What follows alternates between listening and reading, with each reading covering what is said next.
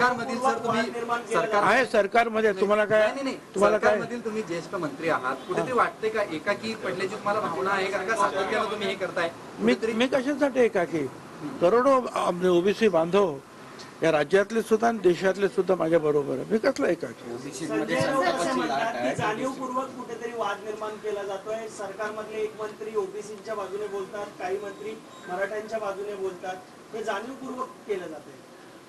तुम्हाला असं वाटतं? म्हणजे आमच्या ओबीसी मध्ये जे आहे ते असे करोडो लोक जे आहे बॅकडोर एंट्रीने घुसवतात, हे मी जाणीवपूर्वक भांडण काढलंय? त्याचा तुम्ही विचार करा ना. त्याच्यामध्ये काय मोठा एवढं तुम्हाला का पीएचडी करायची गरज आहे?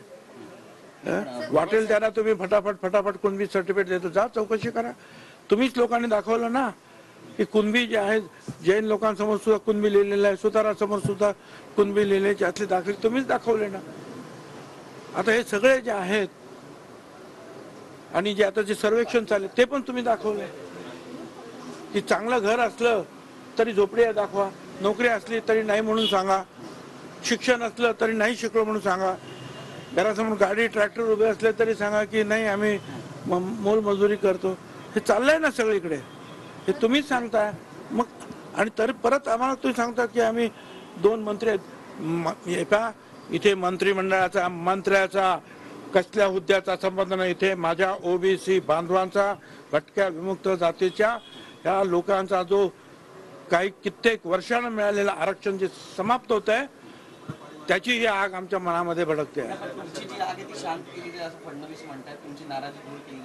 ते भेटतील तेव्हा मी सांगेन ना त्यांना. ते कशी काय करणार ते सांगा, कशी काय करणार ते. तुम्ही वेगळं आरक्षण द्या म्हणून सांगतात, आम्ही तयार आहोत.